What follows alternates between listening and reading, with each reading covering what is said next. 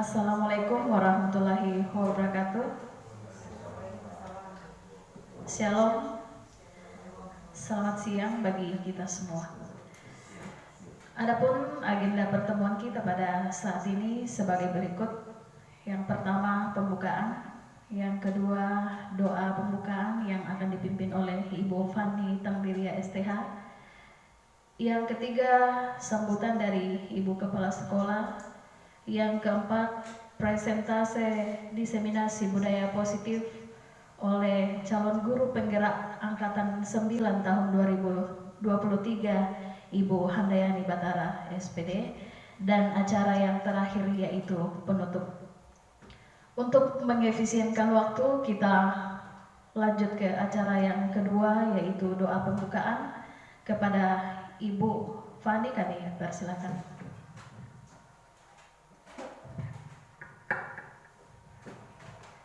Bapak Ibu, sambil dalam doa, kita berdoa.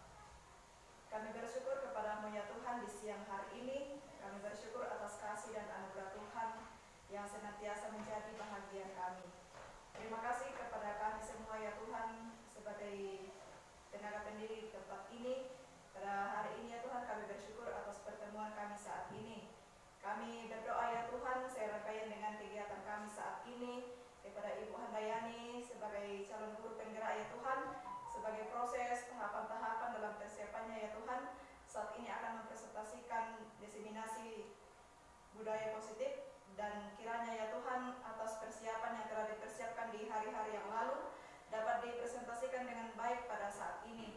Dan sekiranya ya Tuhan kami yang mendengar, menyimak pada siang hari ini, kami pun mendapat bagian di dalamnya, saling sharing ya Tuhan, saling melengkapi satu dengan yang lain demi kemajuan sekolah di tempat ini, dan juga ya Tuhan mendukung Ibu Handayani dalam proses-proses selanjutnya. Kasih dan penyertaan daripada Tuhan kami nantikan di dalam kegiatan kami saat ini, dan kami percaya ya Tuhan, Tuhan bersama-sama dengan kami mulai dari awal sampai selesainya nanti. Bapa di dalam surga, inilah doa ucapan syukur kami, permohonan kami yang kami sampaikan kepadamu ya Tuhan melalui anak-Mu Yesus Kristus. Itulah Tuhan dan Juru Selamat kami yang hidup. Kami bersyukur kepada Bapa di surga. Amin.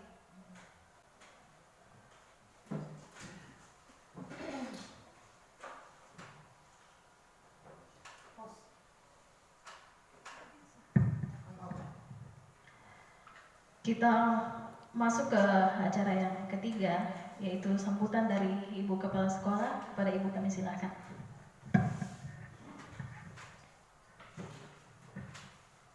Terima kasih atas kesempatan yang diberikan kepada saya. Assalamualaikum warahmatullahi wabarakatuh. Salam sejahtera untuk kita sekalian. Namo Buddhaya, salam kebajikan dan selamat siang. Puji dan syukur kita panjatkan kehadirat Tuhan Yang Maha Esa atas rahmat dan hidayahnya sehingga kita boleh dimungkinkan hadir bersama-sama pada kesempatan siang hari ini. Bapak Ibu guru yang saya hormati, pertama-tama saya mengucapkan terima kasih atas kehadiran kita dan kesiapan kita untuk mengikuti diseminasi dari calon guru penggerak. Yang kedua, bahwa izinkan saya menyampaikan apresiasi yang sebesar-besarnya kepada Ibu Handayani sebagai calon guru penggerak. Semoga saja lebih banyak yang akan boleh diimbaskan kepada kita semua. Harapan saya juga bahwa ya kedepannya, apalagi bagi Bapak Ibu guru yang masih muda, yang usia 50 yang mungkin juga bisa mengikuti jejak seperti Ibu Handayani. Kalau yang masih muda mungkin itu calon guru penggerak, yang usianya 50 mungkin bisa mengikuti pengajar praktik. Nah, jadi itu harapan saya bahwa kita bisa mengikuti jejaknya Ibu Handayani. Saya yakin bahwa satu bergerak, ya, satu yang menggerakkan, ya, semoga saja kita juga bisa bergerak, ya, jadi bisa menggerakkan semua. Nah, jadi Bapak Ibu sekalian, mari kita mendukung kegiatan-kegiatan ini, karena kegiatan-kegiatan ini juga ya pastinya ada ilmu baru yang akan kita dapatkan, dan nantinya tentunya akan berpengaruh besar juga terhadap anak-anak kita. Ya, kita harus dulu yang bergerak, baru anak-anak kita.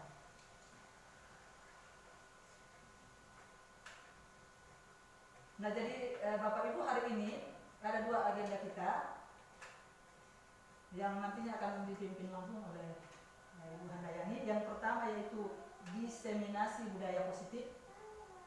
Kemudian yang kedua yaitu pembentukan komunitas belajar. Nah, sehubungan dengan pembentukan komunitas belajar, ya Bapak Ibu sekalian, bahwa di PMM itu ada beberapa modul yang harusnya kita selesaikan. Setelah itu ada aksi nyatanya, karena sepertinya itu yang workshop di Hotel Said, jadi harus ada aksi nyatanya baru kita bisa membentuk komunitas belajar. Yang lebih jelasnya nanti itu akan dijelaskan oleh Ibu Handayani bagaimana mekanismenya itu sampai terbentuknya komunitas belajar. Karena di komunitas belajar nantinya ini kita akan sharing di situ, khusus kita di keluarga besar SMP PGRI Marinting. Saya kira itu saja barangkali yang saya bisa sampaikan. Mohon maaf bila ada hal-hal yang tidak berkenan. Sekian dan terima kasih. Saya kembalikan ke moderator. Kepada Ibu Kepala Sekolah, kami ucapkan terima kasih. Kita akan lanjut ke acara yang berikut, yaitu presentasi diseminasi budaya positif oleh Ibu Handayani Batara. Kepada Ibu silakan.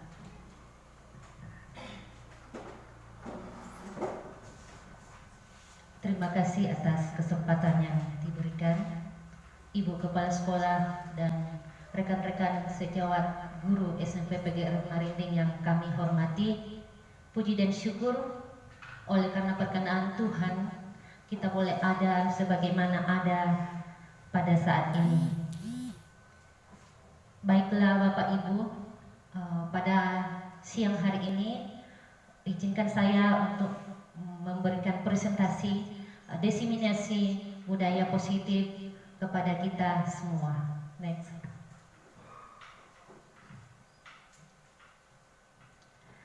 Ya, sebagai bahan pengantar Bapak Ibu, bahwa kami adalah salah satu calon guru penggerak Angkatan 9 Kabupaten Tanah Toraja. Dalam hal ini saya tidak mengajarkan Bapak Ibu, tapi ini adalah kewajiban kami bahwa selama kami mengikuti pendidikan guru penggerak selama kurang lebih 9 bulan, apa yang kami dapatkan, materi yang kami dapatkan itu wajib kami diseminasi atau wajib kami bagi kepada Bapak Ibu semua. Semua yang materi yang kami dapatkan itu wajib kami kembali ke satuan pendidikan, kembali ke sekolah tempat kami ditugaskan untuk berbagi dengan rekan-rekan sejawat. Sebelum untuk membuka presentasi saya pada siang hari ini, izinkan saya untuk membukanya dengan sebuah pantun. Mohon apresiasinya lewat kata cakep. Jalan-jalan ke Tanah Toraja, Cakep. jangan lupa kelelai ngetrip. Cakep. Selamat berjumpa kembali bersama Cakep. dalam seminasi budaya positif. Cakep. Baik Bapak Ibu, mari kita ice breaking. Ice breaking dulu ya, tapi ice breakingnya ini berpasang-pasangan. Berpasang-pasangan,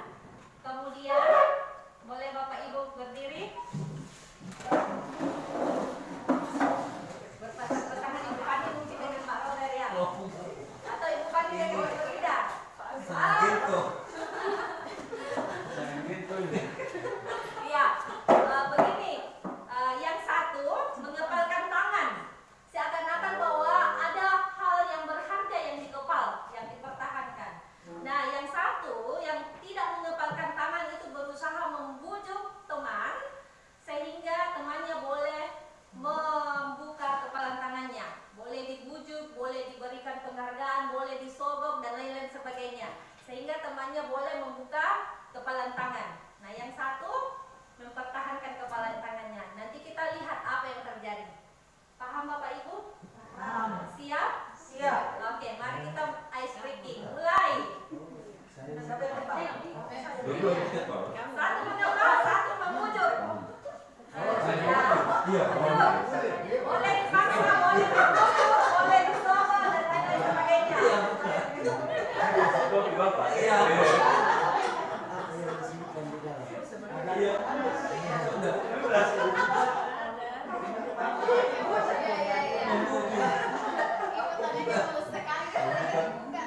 Iya, oke, baik Bapak Ibu, waktu kita habis.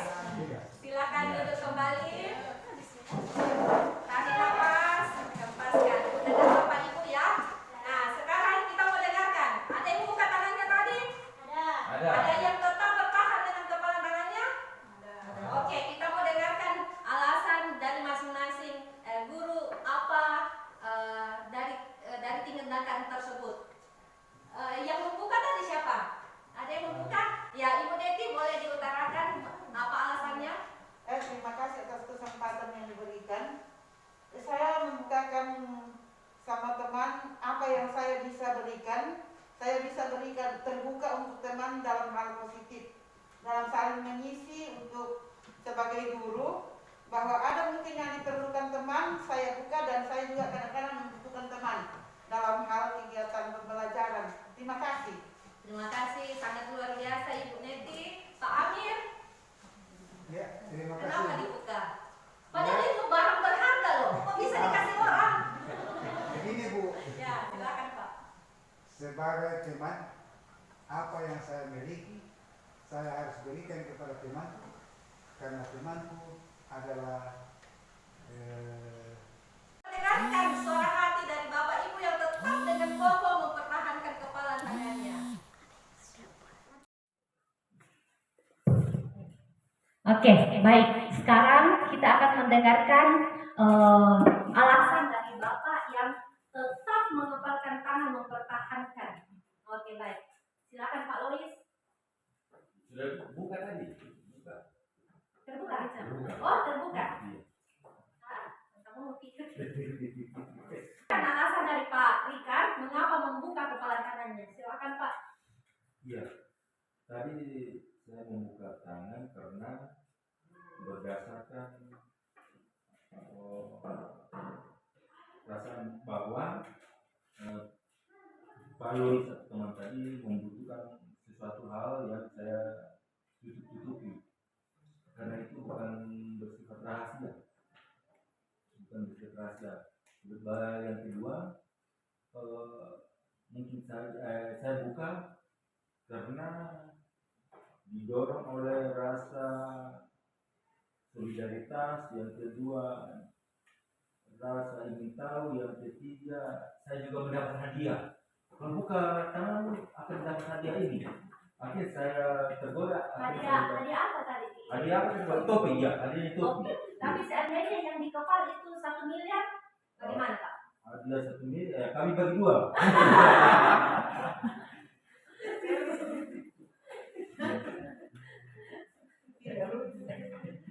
Masih ada Pak? Iya. Nah, terima kasih atas alasannya Pak. Sekarang kita mau dengarkan Ibu Rida ya. Ibu Rida yang tetap kekeh mempertahankan kepala tangannya. Silakan Ibu. Mempertahankan hal yang betul-betul adalah sangat berharga dalam hidupnya. Ya, terima kasih. Saya tadi belum membuka tangan saya, memang belum. Karena rayuannya belum manjur. Oh, betul.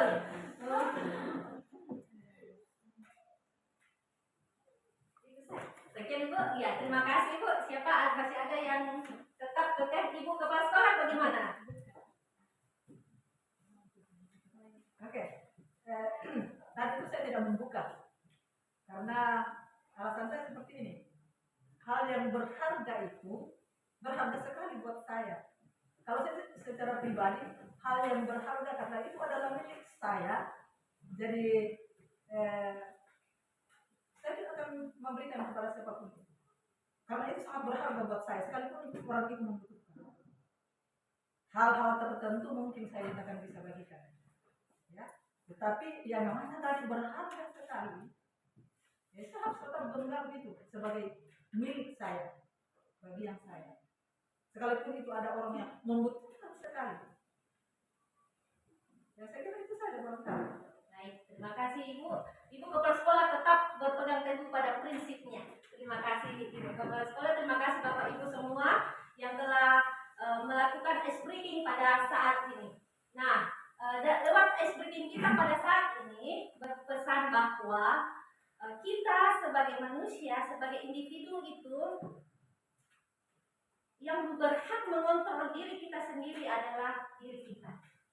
Bujukan dari luar, penghargaan dari luar itu tidak mampu mengontrol atau mengubah kita. Hanya diri kita sendiri yang bisa mengontrol kita, yang bisa merubah diri kita. Demikian Bapak Ibu. Next kita masuk dalam materi kita. Di awal ada pertanyaan tematik, Bapak Ibu bisa lihat di slide. Ada 4 pertanyaan, mari kita diskusikan bersama ya. Pemberian hukuman.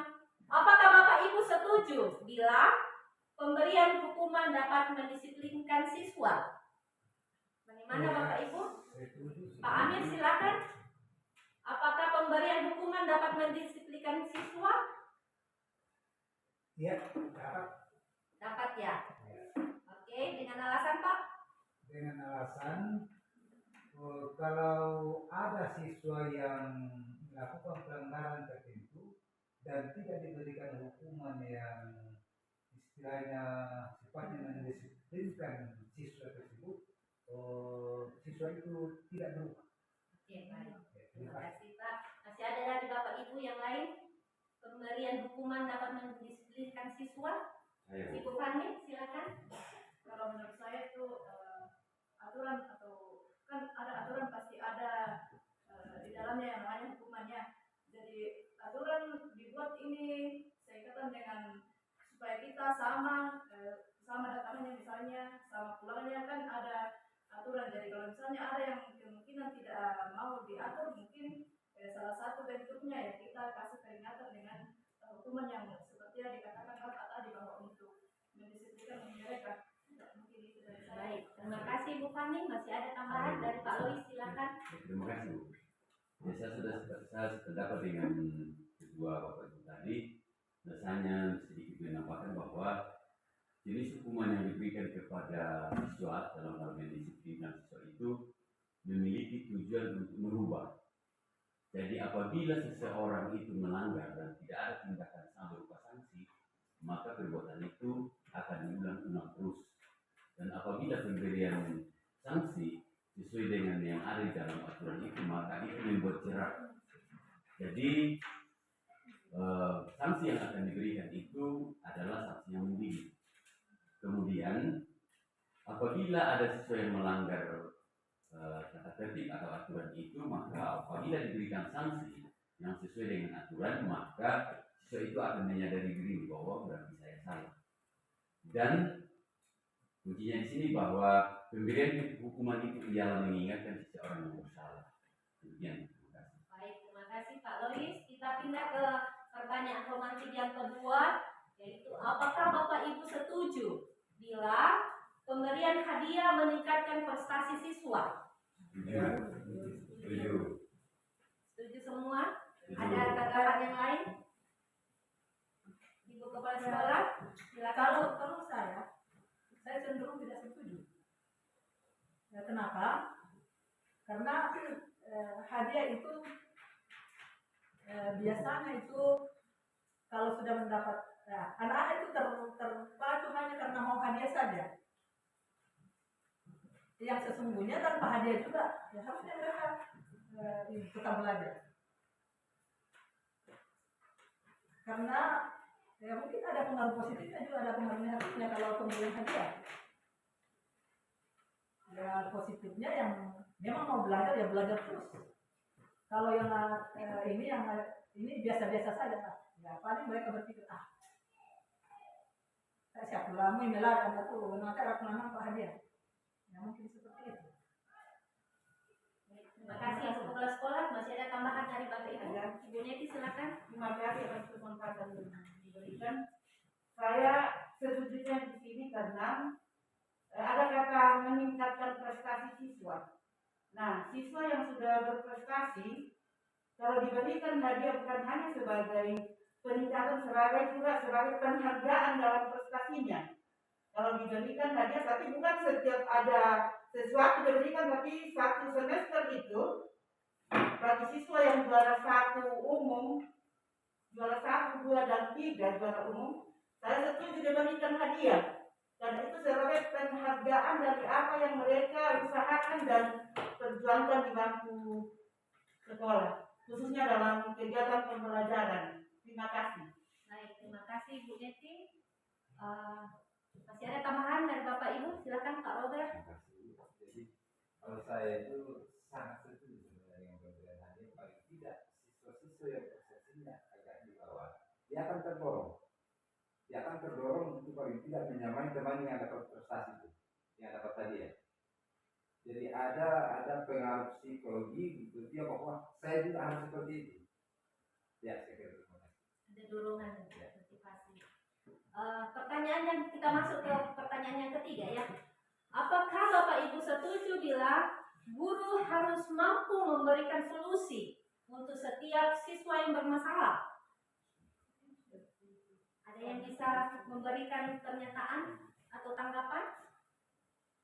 Apakah guru harus mampu memberikan solusi untuk setiap siswa yang bermasalah? Silakan Bapak Ibu. Ada sebelumnya. Pak Robert silakan. Saya tanya dulu. Ini yang dimaksud dengan bermasalah di sini dalam hal apa? Kalau dalam proses belajar saya kira ya guru masih bisa menjadi solusi. Tapi dalam masalah lain mungkin ada hal tertentu atau masalah tertentu gurunya pasti nggak bisa. Ya mungkin masalah-masalah tertentu ya nantinya larinya ke orang tuanya. Ya. Nah. Baik, masukan yang bagus sekali dari Pak Robert. Masih ada tambahan dari Bapak atau Ibu Rida? Cukup? Kita melangkah ke pertanyaan pemantik yang keempat. Apakah Bapak Ibu setuju bila guru berperan sebagai teman bagi siswa? Nah, ini yang pertanyaan menarik ini. Berperan sebagai teman bagi siswa. Silakan Pak Lois. Terima kasih. Kalau saya ini karena pertemuan lalu saya sudah sampaikan bahwa guru itu sebagai teman siswa. Jadi kan begini Bu, kalau menurut saya bahwa banyak siswa itu yang tertutup. Ada sesuatu masalahnya dia mengurus sendiri. Dia tidak terbuka kepada orang tua, kepada saudara dan teman-temannya.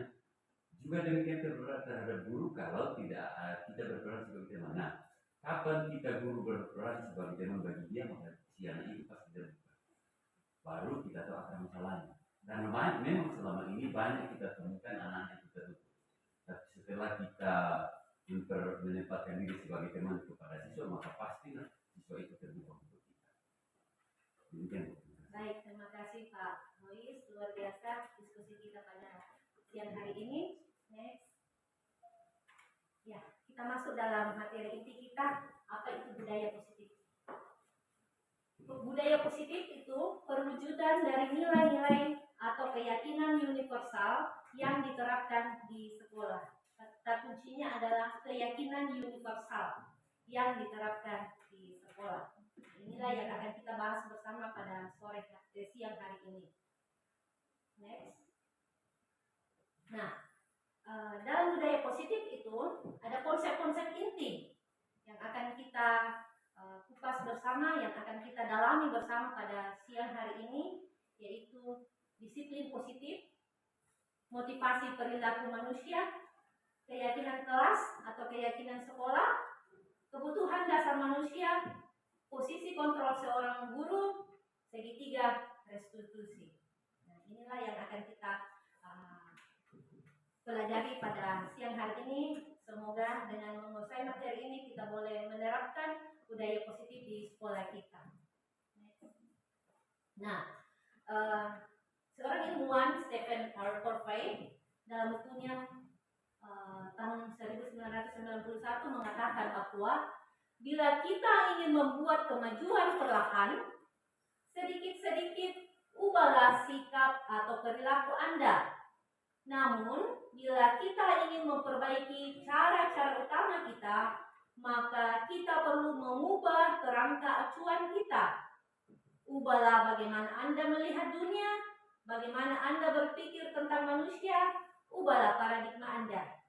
Skema pemahaman dan penjelasan aspek-aspek tertentu tentang realitas. Ini teori tentang pemahaman kita, bagaimana kita mau berubah. Anda mau berubah, mari bergerak bersama. Next. Nah,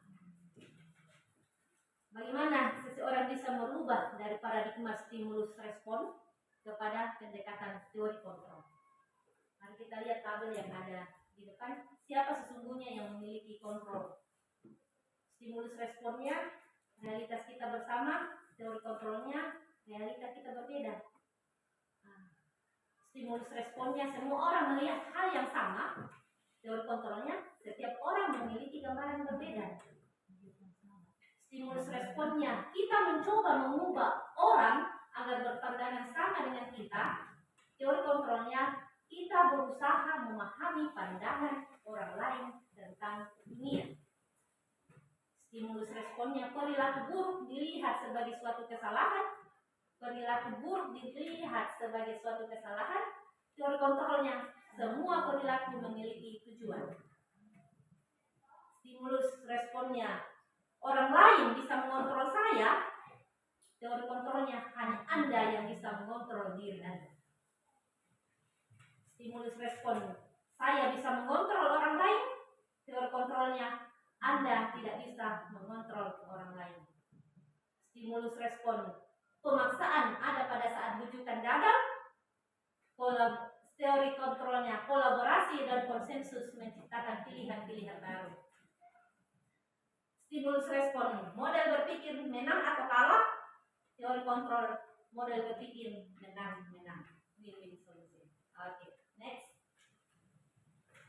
Disiplin positif adalah merupakan salah satu cara penerapan disiplin yang bertujuan untuk menumbuhkan kesadaran serta memberdayakan anak untuk melakukan sesuatu tanpa sokokan, ancaman maupun hukuman.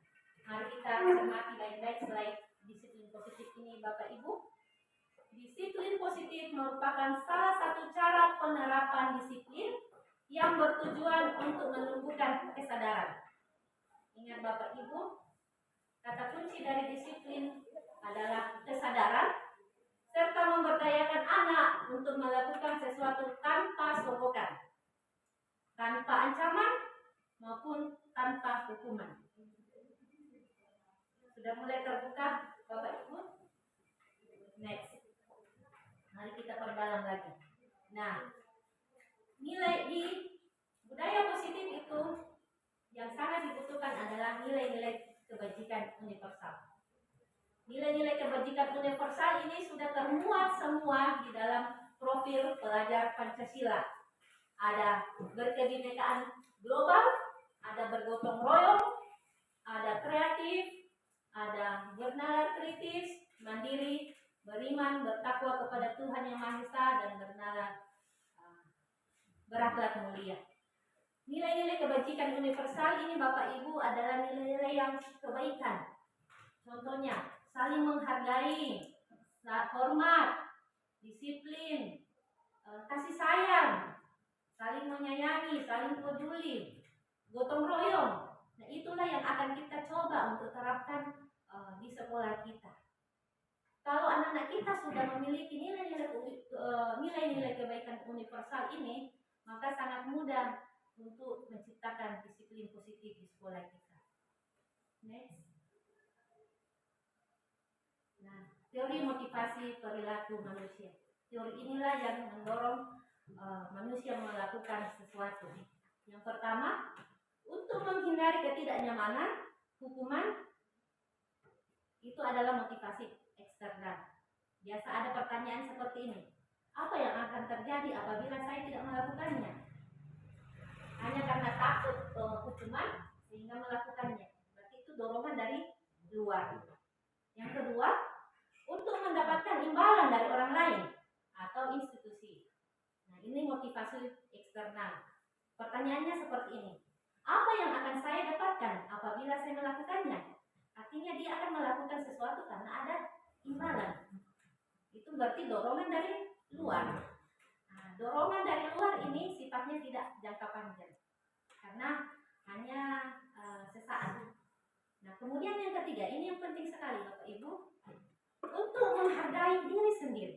Untuk menghargai diri sendiri, dia melakukan hal tersebut, melakukan sesuatu untuk menghargai diri sendiri. Ada pertanyaan seperti ini. Saya akan menjadi orang yang seperti apa bila saya melakukan? Saya akan menjadi apa ketika saya melakukannya? Itu adalah motivasi internal, motivasi yang dari dalam diri sendiri, karena kesadaran sendiri. Nah, inilah yang menjadi tujuan disiplin positif. Bisa ada gambaran Bapak Ibu? Oke, next. Merdeka. Mari kita kepalkan tangan, katakan merdeka. Semangat Bapak Ibu, masih semangat? Semangat. Merdeka. Menurut Ki Hajar Dewantara, merdeka itu artinya tidak hanya terlepas dari perintah, akan tetapi juga cakap memerintah dirinya sendiri. Bukan terlepas dari perintah orang, tapi cakap dalam memerintah diri sendiri, mengontrol diri sendiri. Oke, next. Nah, ini perbedaan antara hukuman, konsekuensi, dan restitusi. Hukuman itu berada di identitas gagal, Bapak Ibu. Hukuman berada di identitas gagal, sedangkan konsekuensi dan restitusi berada di identitas sukses.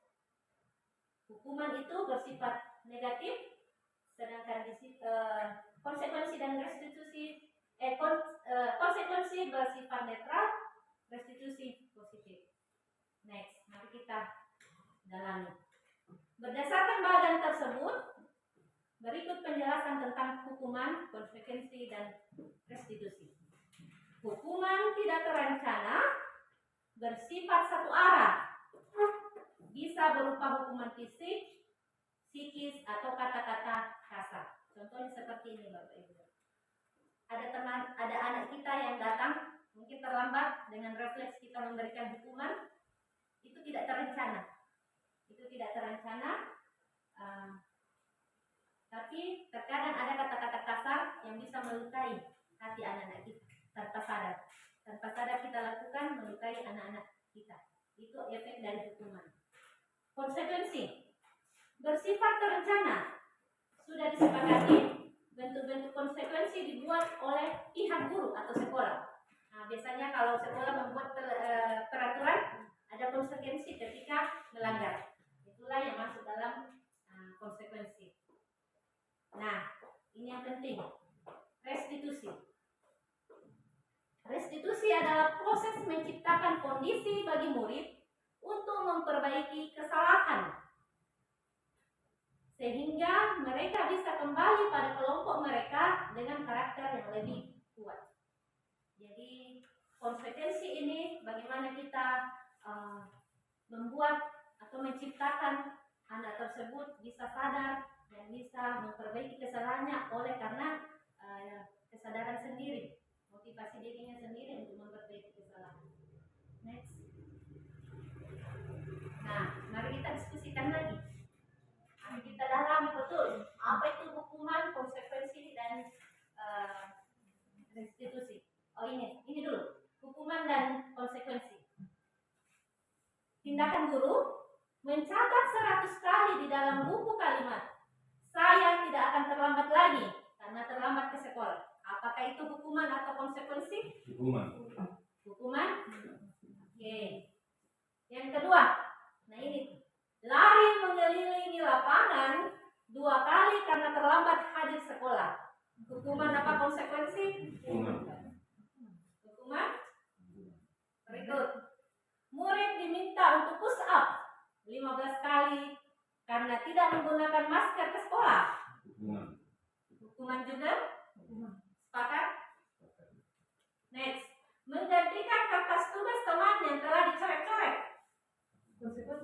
Konsekuensi membersihkan tumpahan air di meja tulis karena tersenggol pada saat belajar. Konsekuensi murid disuruh tidak mengenakan sepatu seharian di sekolah karena tidak mengenakan sepatu hitam. Hukuman atau konsekuensi? Ada yang hukuman, ada konsekuensi. Ya, next. Lari mengelilingi lapangan basket 2 kali karena terlambat 50 menit untuk pelajaran PJOK. Oke. Hukuman atau konsekuensi? Konsekuensi itu. Oke, next. Mari kita lihat jawabannya Bapak Ibu. Nah, ini adalah jawabannya. Mencatat 100 kali di dalam buku, saya tidak akan terlambat lagi karena terlambat ke sekolah itu adalah hukuman. Lari mengelilingi lapangan basket 2 kali karena terlambat hadir sekolah adalah hukuman. Murid diminta untuk push up 15 kali karena tidak menggunakan masker ke sekolah, hukuman. Mengganti kertas tugas teman yang dicoret-coret adalah konsekuensi, ada efek dari tindakannya. Membersihkan tumpahan air di meja karena tersenggol pada saat belajar, konsekuensi. Murid disuruh tidak mengenakan sepatu seharian di sekolah karena tidak mengenakan sepatu hitam, hukuman. Lari mengelilingi lapangan basket 2 kali karena terlambat 10 menit untuk pelajaran PJOK adalah konsekuensi.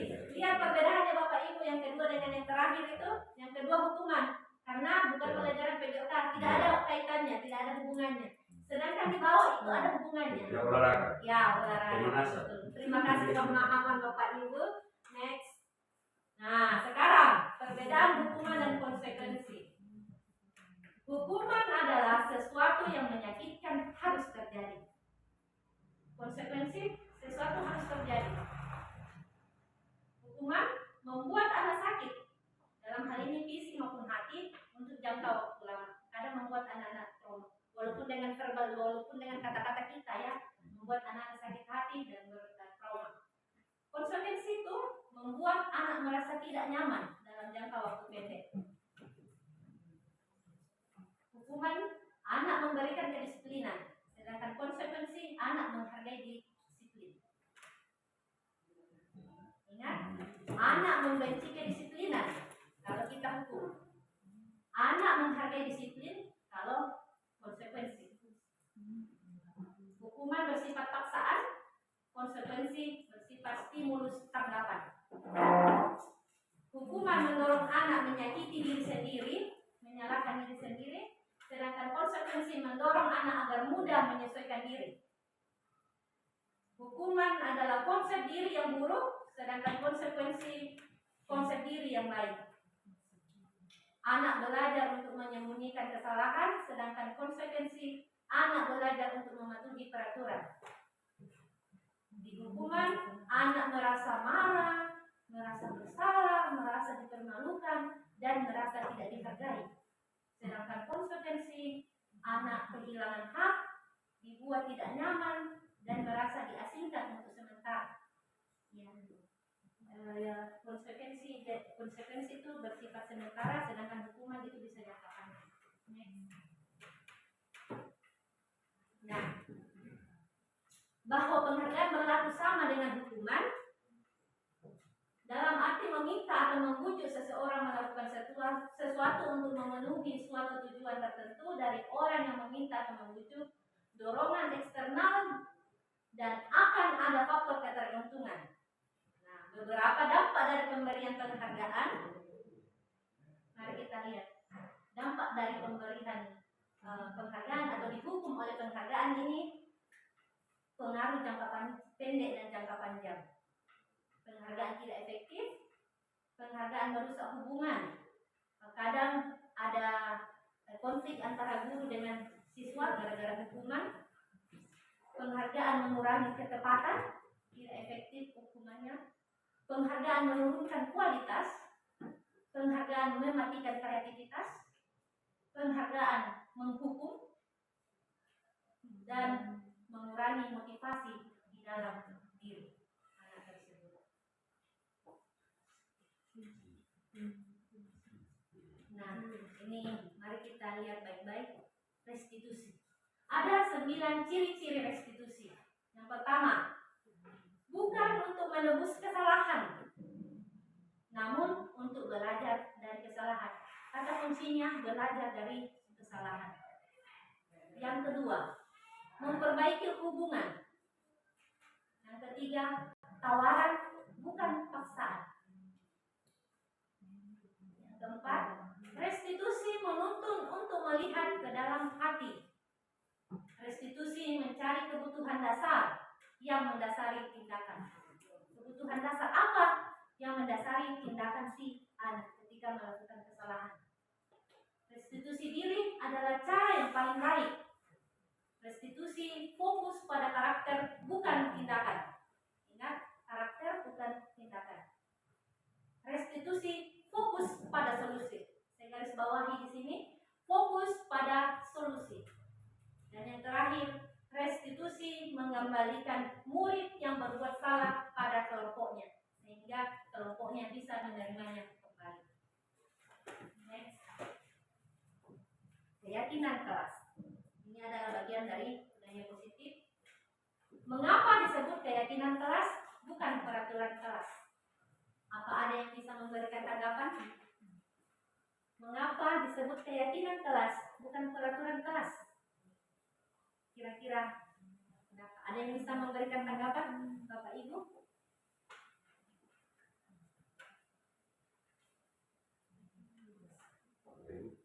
Alois, silakan. Ya.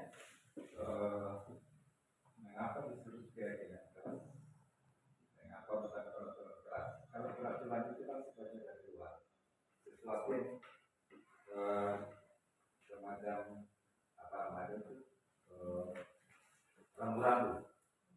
Sementara kalau keyakinan itu dari dalam. Jadi kalau kita yakin bahwa ini memang baik, ya baik. Anak-anak nantinya akan diarahkan ke situ. Jadi bukan kita buat rambu-rambu lagi, bukan, tapi memang dia dari dalam hatinya. Ya, makasih. Terima kasih, luar biasa Pak. Robert, Pak Rika, silakan. Terima kasih, mungkin hampir sama dengan Pak Robert. Kalau peraturan bersifat umum, ya. Kalau keyakinan kelas, mungkin itu kesepakatan bersama antara siswa dalam kelas dengan guru atau wali kelasnya, sehingga ke depan bila ada pelanggaran-pelanggaran dalam kelas, otomatis dilihat dari kesepakatan. Kalau tidak sesuai dengan kesepakatan, siswa bisa saja diberi hukuman. Itu saja. Terima kasih, luar biasa Pak Rika. Next. Nah, mengapa kita memiliki peraturan harus menggunakan helm bila mengendarai kendaraan roda 2? Ada yang bisa memberikan tanggapan? Mengapa kita memiliki peraturan harus menggunakan helm bila mengendarai kendaraan roda 2? Pasti ya, apabila mengalami suatu kecelakaan, maka kita akan masih terlindungi dari ukuran khususnya di kepala. Terima kasih Pak Lois. Berarti nilai keselamatannya. Nilai keselamatan. Baik. Next. Mengapa kita memiliki peraturan 3M? Menggunakan masker, mencuci tangan, menjaga jarak 1,5 meter. Mengapa Bapak Ibu?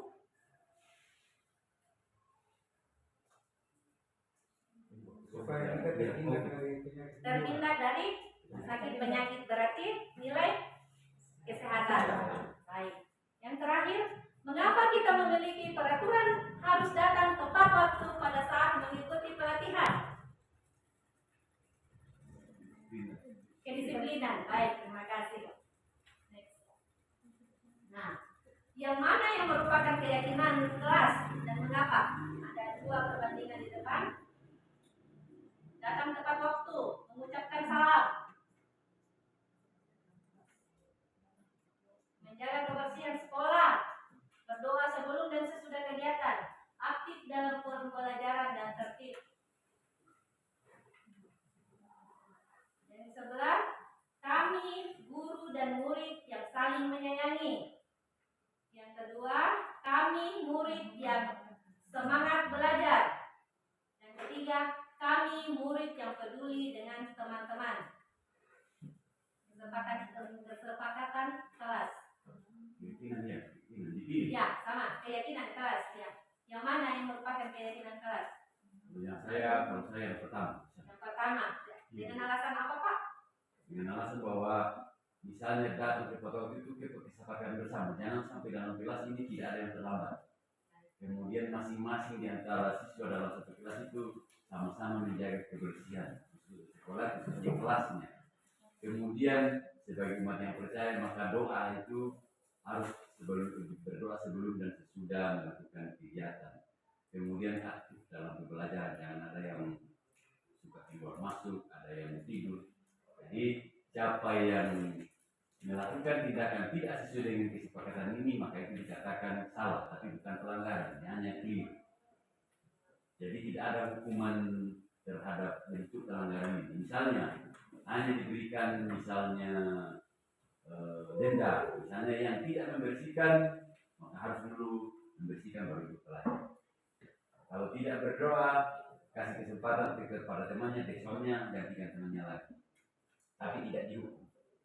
Hanya supaya dia sadar akan tugas dan tanggung jawabnya sebagai siswa. Terima kasih Pak Lois. Masih ada tambahan? Next. Ya, perbedaan. Keyakinan kelas dibuat berdasarkan kesepakatan antara guru dan siswa dan bersifat universal. Ingat, keyakinan kelas berarti dua, guru dengan siswa. Bukan guru saja, tetapi ada kesepakatan antara siswa dengan gurunya. Sedangkan peraturan kelas biasanya dibuat oleh guru saja, berarti bersifat satu arah. Oleh guru saja maupun sekolah tanpa melibatkan siswa. Itulah perbedaan antara keyakinan kelas dan peraturan kelas. Boleh kita ganti juga keyakinan sekolah dan peraturan sekolah. Ya. Keyakinan sekolah bersifat dua arah, universal antara guru dan siswa, sedangkan peraturan sekolah itu hanya satu arah, dibuat oleh guru saja tanpa melibatkan siswa. Nah, prosedur pembentukan keyakinan kelas atau sekolah. Yang pertama, mempersiapkan warga sekolah atau siswa untuk mencurahkan ide tentang peraturan yang akan dibuat. Jadi semua berkumpul, kemudian masing-masing menuliskan atau secara lisan mengutarakan apa-apa ide mereka tentang peraturan yang akan dibuat. Kemudian mencatat semua masukan, lalu ganti kalimat negatif menjadi kalimat positif. Ya, contohnya Bapak Ibu, jangan merokok. Ganti menjadi kalimat yang positif, yaitu menjaga kesehatan. Itu adalah kalimat yang kebajikan universal. Ingat Bapak Ibu. Kesehatan.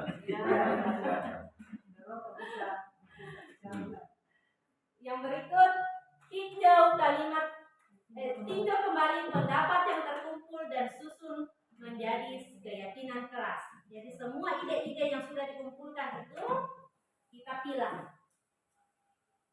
Yang mana yang akan kita menjadikan keyakinan kelas. Karena terkadang ada beberapa ide yang sama ya. Jadi kita kumpul yang mana yang terbaik yang akan menjadi kesepakatan kelas kita. Lalu tinjau ulang keyakinan yang telah tersusun dan meninjau, menyetujui dengan menandatangani. Setelah dibuat keyakinan kelasnya, disepakati yang mana yang akan kita buat jadikan sebagai kesepakatan kelas, mari kita bertanda tangan, siswa dan gurunya. Lalu keyakinan kelas ditempel di dinding kelas. Jadi setelah diseminasi ini kita berharap bahwa semua kelas kita sudah terpajang keyakinan kelas di depan kelas. Kenapa di depan kelas Bapak Ibu? Supaya menjadi perhatian bagi semua warga kelas. Next. Sebelumnya barangkali Ibu sedikit itu sehubungan dengan keyakinan tadi, apakah dari masing-masing guru mata pelajaran yang harus buat keyakinan sendiri-sendiri atau wali kelasnya? Baik, maksudnya setiap guru yang harus membuat itu atau ini dari wali kelas ini? Keyakinan kelas ini berarti dalam satu kelas itu sudah disepakati apa-apa yang akan mereka taati. Ya. Jadi setiap guru yang masuk di situ otomatis menyesuaikan. Iya. Tapi terkadang ada juga dari guru mata pelajaran yang membuat kesepakatan tersendiri. Iya, betul. Contohnya guru bahasa Inggris itu untuk melatih kesadaran pronunciation bahasa Inggris itu setiap ingin keluar kelas itu izin dalam bahasa Inggris. Terima kasih. Kita lanjut ke perbedaan antara peraturan dan keyakinan kelas. Peraturan itu selalu contoh peraturan itu selalu kembalikan buku ke tempatnya. Kalimat keyakinan kelas tanggung jawab. Kalimat peraturan dilarang mengganggu orang lain. Ini tadi kita harus rubah kata kalimat negatif ke positif menjadi menghormati orang lain. Hadir di sekolah 15 menit sebelum pembelajaran dimulai itu peraturan. Di keyakinan kelas menghormati orang lain atau berkomitmen. Dilarang melakukan kekerasan. Di keyakinan kelas keselamatan dan menghormati orang lain. Peraturan dilarang menggunakan narkoba. Di keyakinan kelas kesehatan. Di peraturan bergantian atau menunggu giliran. Di keyakinan kelas menghormati orang lain dan bersabar. Peraturan menggunakan masker. Di keyakinan kelas kesehatan dan keselamatan. Silakan Pak. Jadi kalau kita lihat di sini antara peraturan yang keyakinan kelas, yang selama ini kan kebanyakan itu berjalan dengan peraturan. Jadi untuk masuk ke keyakinan kelas, istilahnya peraturan itu kita jelaskan kenapa seperti itu, kenapa dilarang contohnya itu, kenapa dilarang mengganggu orang lain. Berarti karena kita tidak menghormati orang lain kalau kita ganggu. Jadi antara peraturan yang keyakinan kelas, peraturan adalah sesuatu yang sifatnya itu dan keyakinan bagaimana kita menjelaskan akibat dari sesuatu kalau kita bilang peraturan. Ya. Jadi sebelum masuk ke sebuah keyakinan kelas, perlu penjelasan barangkali kenapa itu dilarang. Umpamanya kalau ada kata dilarang di situ. Contohnya, dilarang melakukan kekerasan. Ya, karena kalau melakukan kekerasan, ya akibatnya keselamatannya orang, berarti kita juga tidak menghormati orang lain. Ya, saya kira seperti itu. Iya, baik, terima kasih Pak Robert. Perlu kita ketahui bahwa di peraturan itu sifatnya satu arah, yang membuat hanya satu orang dari guru saja atau dari pihak sekolah. Sedangkan keyakinan kelas ini dari dua arah. Kita bagaimana berusaha menyadarkan siswa kita sehingga membuat hal-hal yang kebajikan. Kata-kata peraturan itu lebih banyak bersifat paksaan, sehingga terkadang siswa kita sulit untuk menyesuaikan karena mereka hanya melakukan karena ada merasa tidak nyaman, karena mereka takut dihukum sehingga melakukannya di jangka pendek. Sedangkan keyakinan kelas ini betul-betul mereka sadar untuk melakukannya tanpa paksaan, tanpa rujukan, sehingga mereka melakukan sesuai dengan keyakinan sendiri, sehingga mereka bisa menerapkan hal-hal kebajikan dalam hidupnya. Oke, next. 5 kebutuhan dasar manusia. 5 kebutuhan dasar manusia pula ini yang mendasari mereka berperilaku. Semua perilaku memiliki tujuan memenuhi kebutuhan dasar manusia. Yang pertama, bertahan hidup. Bertahan hidup itu ada nilai keselamatan, keamanan, kesehatan, dan memiliki keturunan. Cinta kasih atau diterima.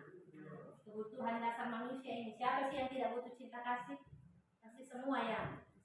Di dalam ada keintiman, ada keanggotaan,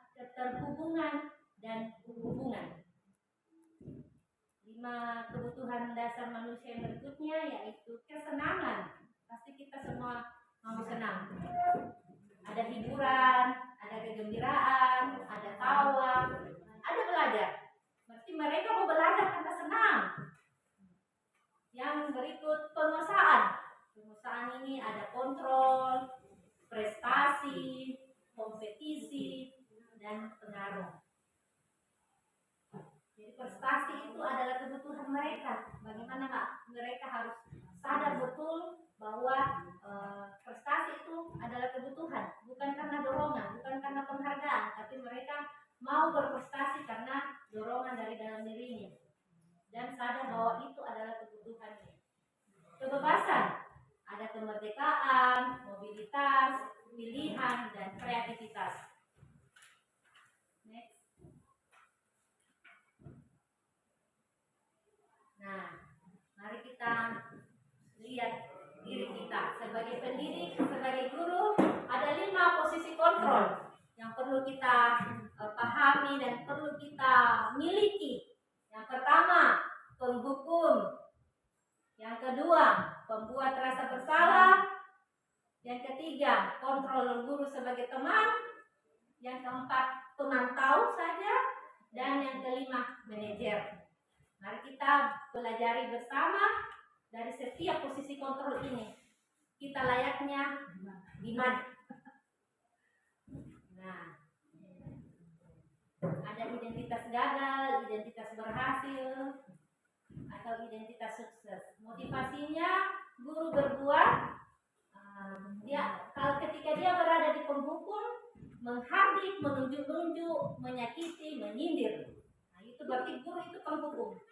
Kalau pembuat orang bersalah, berceramah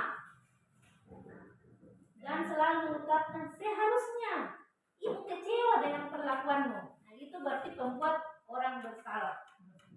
Nah, itu identitas gagal Bapak Ibu ya. Sekarang kita masuk di identitas berhasil atau sukses. Ada guru sebagai teman dan pemantau. Bagaimana kalau guru sebagai teman? Membuatkan alasan-alasan untuk muridnya. Terkadang juga kita berkata, ayolah lakukan demi ibu. Nah, masa kamu tidak mau? Ingat tidak ibu pernah bantu. Itu berarti kata-kata seorang guru, seorang posisi teman. Nah, sekarang pemantau, menghitung dan mengukur. Nah, contoh, apa peraturannya? Sekarang kita masuk di identitas berhasil. Semoga kita bisa berada di posisi kontrol ini. Identitas berhasil yaitu manajer. Manajer mengajukan pertanyaan, apa yang kita yakini, apa yang bisa kau kerjakan untuk memperbaiki masalahmu. Kemudian hasil yang ingin dicapai itu menguatkan pribadi, kaitan dengan dunia berkualitas, murid melakukan dirinya berbagai individu yang positif dalam dunia berkualitas. Kemudian murid akan berkata, bagaimana caranya saya bisa memperbaiki kesalahan saya. Dan dampak pada murid mengevaluasi diri, bagaimana cara memperbaiki diri. Next. Nah, supaya lebih memahami lagi Bapak Ibu, kelima posisi kontrol guru itu, mari kita lihat video berikut.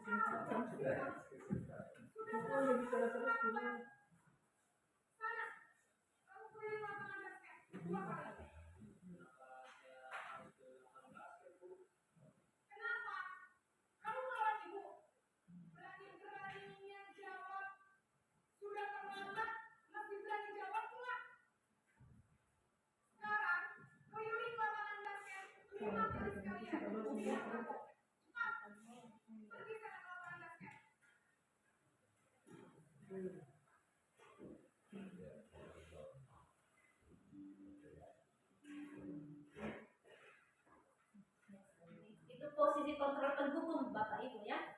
Sekarang kita lihat video pembuat rasa bersalah.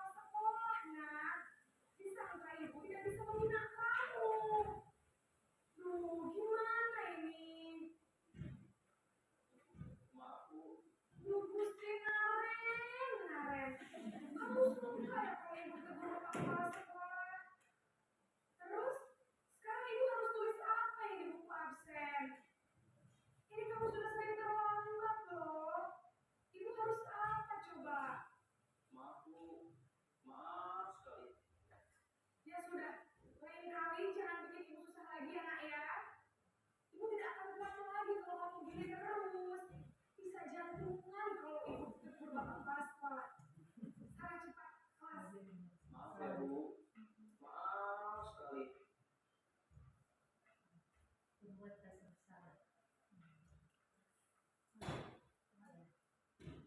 Di sisi berikut sebagai teman, guru sebagai teman.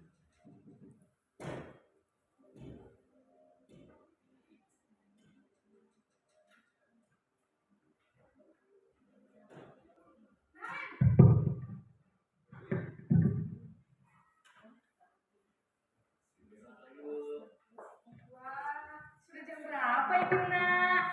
Terlambat lagi ya sayang. Iya Bu, habis ibu saya lupa bangunkan saya Bu. Kamu malah menyalahkan ibu kamu.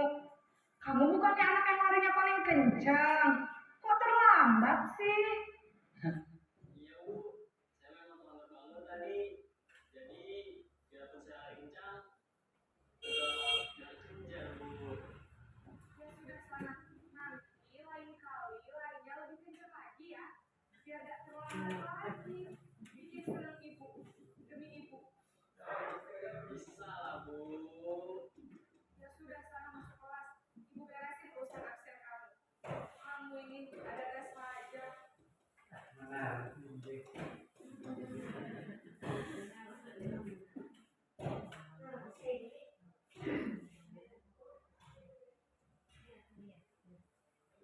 ini manajer Pak.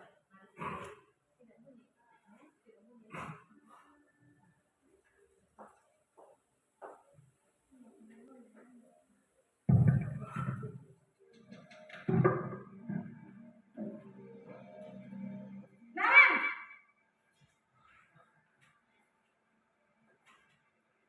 Selamat pagi Bu. Selamat pagi Naren. Maaf Bu, saya terlambat.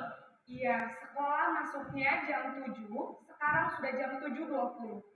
Jadi sekarang bagaimana ini Naren? Maaf Bu, saya lupa setel alarm saya semalam. Baiklah, menurut kamu, keyakinan sekolah yang mana yang perlu kamu tingkatkan? Menghargai diri sendiri dan orang lain mungkin ya Bu. Setuju. Jadi, apakah Naren meyakini prinsip saling menghormati tersebut? Iya Bu, saya meyakininya. Apakah Naren bersedia memperbaiki masalah keterlambatan ini? Bersedia Bu. Bagaimana kamu akan perbaiki masalah keterlambatan ini? Saya akan coba untuk tidak menyetel alarm saya Bu.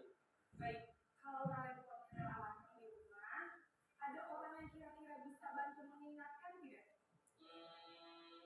Ada Bu, kakak saya, Kak Emma. Ada lagi selain Kak Emma? Selain Kak Emma, ada ibu saya. Baik, jadi yang mengingatkan Naren adalah Kak Emma dan ibu kamu ya. Kira-kira akan mulai ke alarm kapan Naren? Setelah pulang sekolah,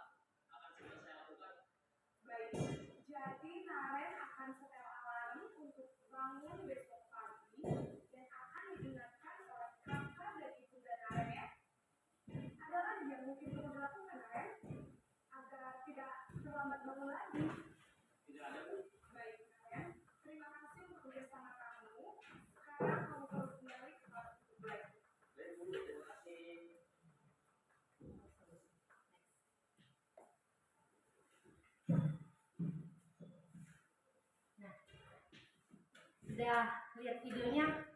Mari kita belajar lebih dalam lagi.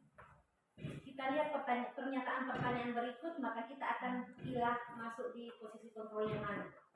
Saya kecewa sekali dengan kamu. Itu adalah kata-kata seorang pembuat orang merasa bersalah. Kamu tidak pernah benar-benar melakukannya. Itu adalah penghukum. Ayolah, lakukan demi ibu bapak. Itu seorang teman. Apakah kamu mau mendapatkan stiker bintang hari ini? Itu pemantau. Bagaimana kamu bisa menyelesaikan masalah ini? Itu manajer. Kamu selalu yang paling terakhir berhukum. Mari kita lihat segitiga restitusi. Kira-kira Bapak Ibu berada di posisi yang mana? Penghukum, pemantau, pembuat merasa bersalah, manajer atau penghukum? Kira-kira Bapak Ibu berada di posisi apa? Ada di mana penghukum? Kalau saya tergantung situasi. Kadang jadi penghukum, kadang jadi teman, kadang-kadang juga jadi pemantau, kadang jadi manajer. Tergantung situasi saat itu. Lebih bagus yang mana? Jadi teman. Lebih teman. Oke. Ada yang lain? Kita lanjut lebih dalam lagi. Kita gali, kita pelajari. Nah, segitiga restitusi ini penting sekali Bapak Ibu ya. Dalam segitiga restitusi itu ada menstabilkan identitas, validasi kebutuhan, dan menanyakan keyakinan. Ketika kita menghadapi siswa kita yang bermasalah, mari kita restitusi. Menstabilkan identitas itu bisa kita lakukan dengan cara setiap orang pasti pernah melakukan kesalahan. Stabilkan dulu identitasnya. Setiap orang pasti berbuat kesalahan. Kamu bukan satu-satunya yang pernah melakukan hal ini. Nah. Jadi dia berusaha nyaman dulu dengan keadaan itu, stabilkan dulu identitasnya, kemudian validasi kebutuhannya. Mengapa dia melakukannya? Kamu tentu punya alasan mengapa kamu melakukan itu. Nah. Adakah cara yang lebih efektif untuk mendapatkan apa yang kamu butuhkan? Gali apa kebutuhannya sehingga melakukan hal tersebut. Setelah itu menanyakan keyakinan. Sadarkah dia nilai-nilai apa yang telah kita sepakati? Kamu ingin menjadi orang yang seperti apa? Sehingga dengan kesadaran sendiri, maka dia akan memperbaiki kesalahannya. Untuk lebih jelasnya, mari kita lihat video penerapan segitiga restitusi.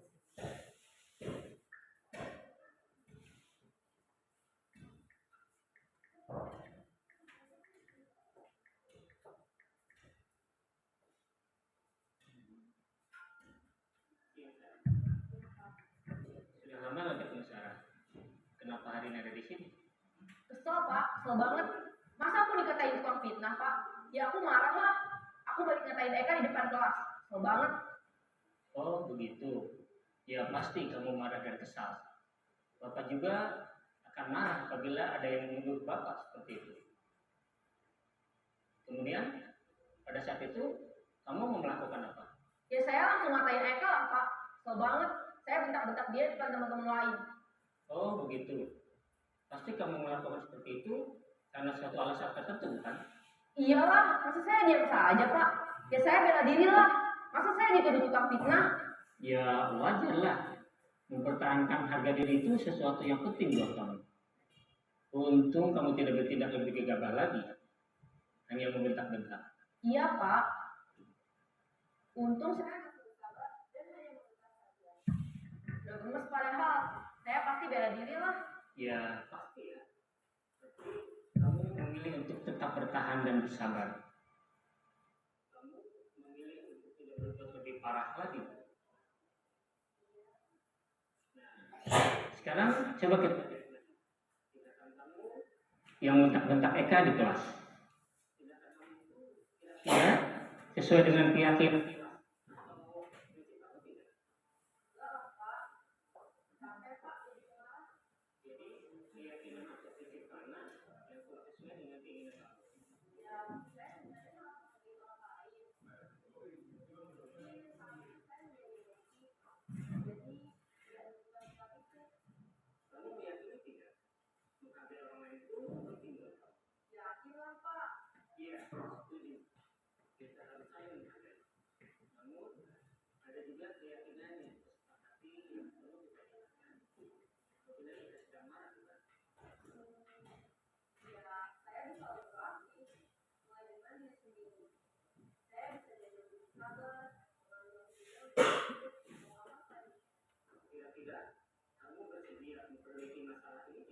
Sedih ya, Pak.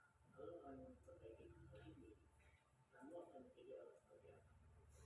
akan jadi orang yang paling Bapak. Iya. Menurut kamu, bagaimana rasanya menjadi orang seperti itu? Jadi apa lah? Bangga.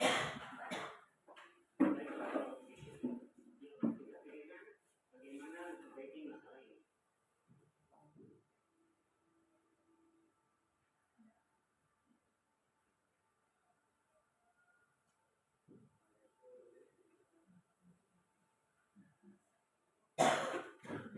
Mari kita identifikasi setelah kita melihat video di atas.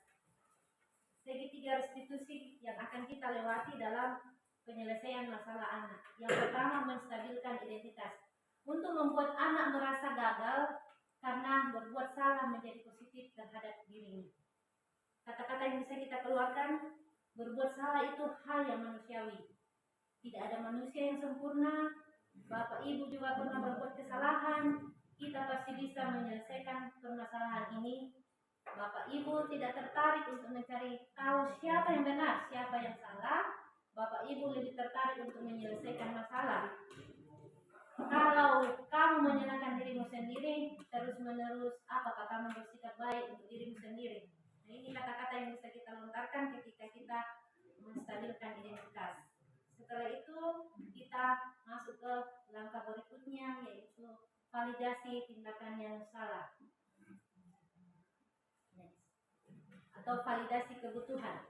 Membantu murid mengenali basicnya atau kebutuhannya, dasar yang ingin dipenuhinya ketika melakukan kesalahan. Pada dasarnya, setiap tindakan manusia tujuannya adalah memenuhi basic needs. Apakah itu power, freedom, love, and belonging, fun, and survival. Kata-kata yang bisa kita keluarkan untuk validasi kebutuhan siswa. Kamu bisa saja kan melakukan hal yang lebih buruk, tapi kamu tidak melakukannya. Kamu pasti punya alasan mengapa melakukannya. Apa yang penting bagi kamu? Kamu boleh tetap berusaha menjaga sikapmu, tapi tambahkan sikap yang lain, yang baru. Maukah kamu belajar cara lain untuk mendapat yang kamu butuhkan tanpa harus memukul? Apakah kamu bisa melakukan dengan lebih baik lagi? Setelah kita validasi kebutuhannya, maka kita menanyakan keyakinan. Sadarkan dia. Anak melihat kesalahannya yang dihubungkan dengan norma sosial dan nilai-nilai yang mendasari manusia berinteraksi dengan orang lain. Guru akan berkata, apa nilai yang kita percaya di kelas atau di sekolah ini? Nilai-nilai universal apa yang telah kita sepakati? Kelas yang ideal itu seperti apa sih? Kamu ingin jadi anak seperti apa? Apa yang kamu rasakan ketika kamu melakukan hal itu? Kamu menjadi orang yang seperti apa? Itulah tahapan langkah-langkah restitusi kita ketika menyelesaikan masalah pada anak atau peserta didik kita. Next. Nah, di akhir presentasi kita pada hari ini, kita akan merefleksikan pengetahuan awal kita tadi, apakah masih sama dengan sekarang setelah menyaksikan pemaparan diseminasi budaya positif dan melihat video tadi, apakah masih sama pemahaman kita tentang budaya positif. Mari Bapak Ibu kita berefleksi. Menurut Bapak Ibu, pemberian hukuman dapat mendisiplinkan siswa? Tidak. Silakan ikut kepala sekolah. Apa alasannya? Ternyata tidak. Ternyata tidak ya. Ternyata ya. Tadi jawabannya ternyata tidak. Pemberian hadiah meningkatkan prestasi siswa? Tidak juga ya. Tadi yes, sekarang no. Guru harus mampu memberikan solusi untuk setiap siswa yang bermasalah. Guru harus mampu memberikan solusi untuk setiap siswa yang bermasalah.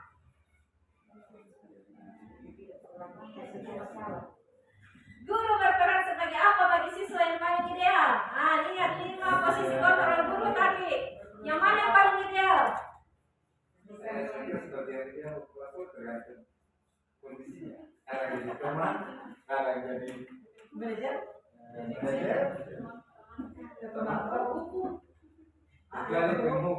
Tidak boleh. Dari kelima itu Ternyata yang dari hukum itu yang paling gagal. ya, gagal. Dari kelima kontrol guru yang mana yang paling ideal?